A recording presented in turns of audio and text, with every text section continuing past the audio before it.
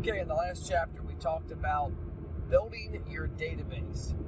Let's recap. The goal is to have attention-getting marketing that gets amazing engagement, that in turn builds a database.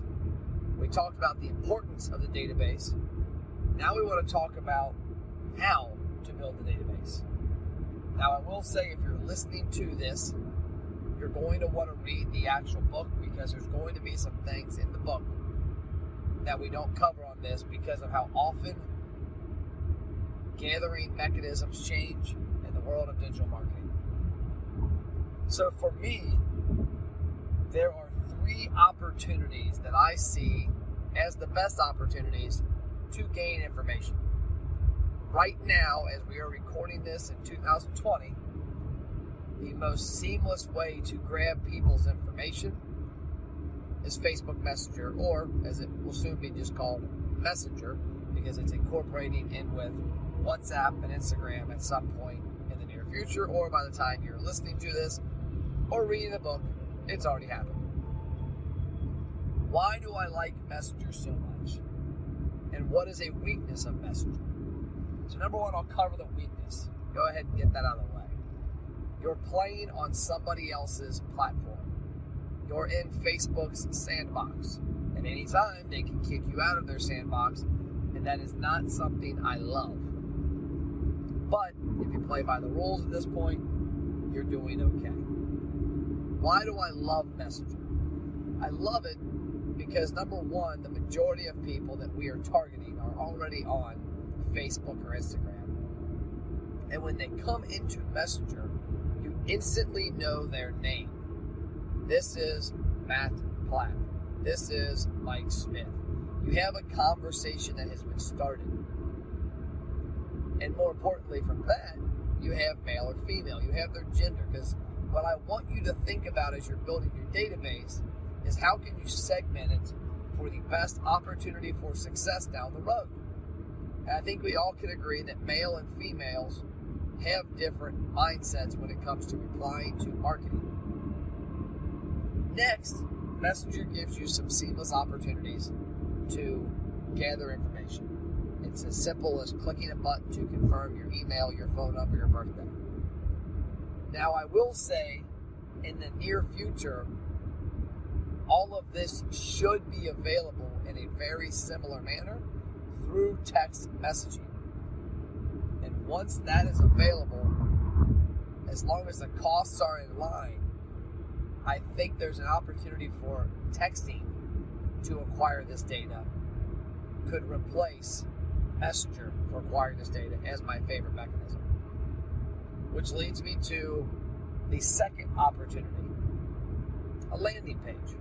This is how I started doing data gathering with my clients, was from a landing page. They work amazing.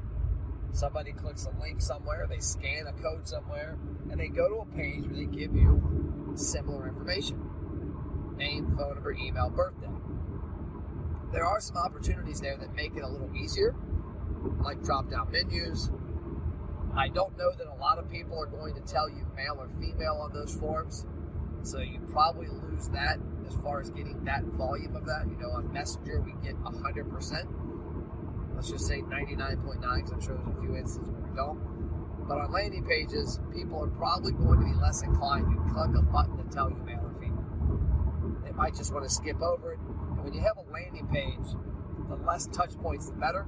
So you're probably better off with clicking phone number, email, birthday. Now, the problem with landing pages is a big one in regards to, well, I guess when compared to Messenger, is that you don't know who landed there. On Messenger, if Matt Platt comes into Messenger and doesn't answer questions, doesn't really get the thing going how we want, I know that Matt Platt came there. I can see Matt Platt is there. That's the way the medium works. If Matt Platt clicks a link and goes to a landing page, you have no clue that Matt Platt did that. You know that somebody clicked it. You can retarget people that came to that page.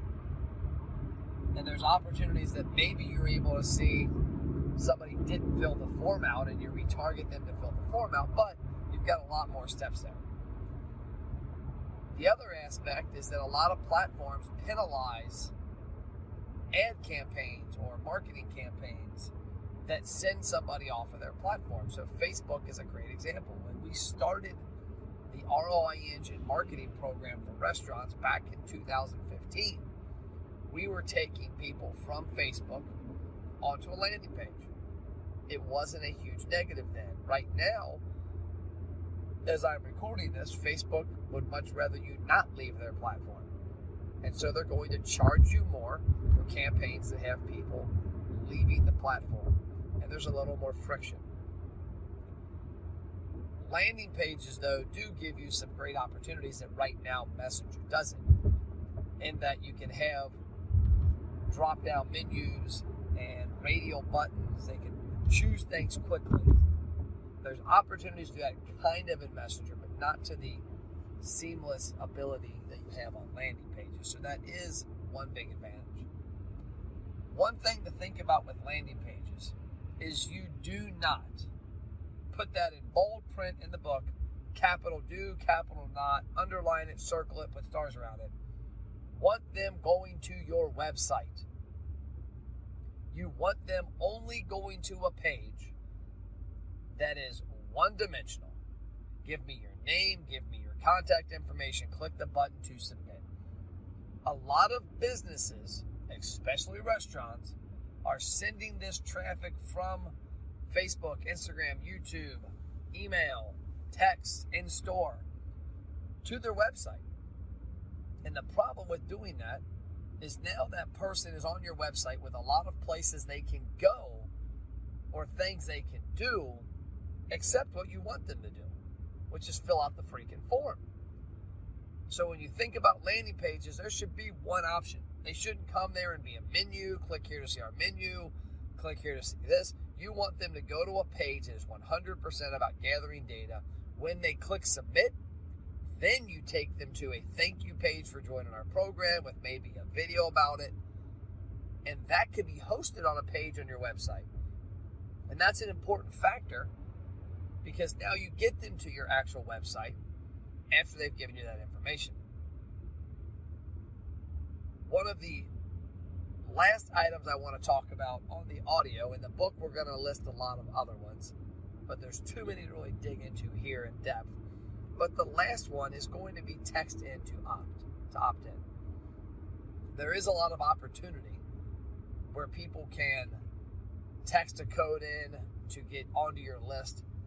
It's not as fluid as Messenger and landing pages, but it's coming. And from a standpoint of getting that cell phone number, which is the number one piece of data outside of their name, there's a lot of opportunity there. So texting programs will be something you'll see coming up in the near future, of where people can have buttons and have opportunities to give you more information in a quicker manner than you see currently as I record this in 2020. So pay attention and stay tuned for that. That's all I've got for this chapter. I will see you on the next page.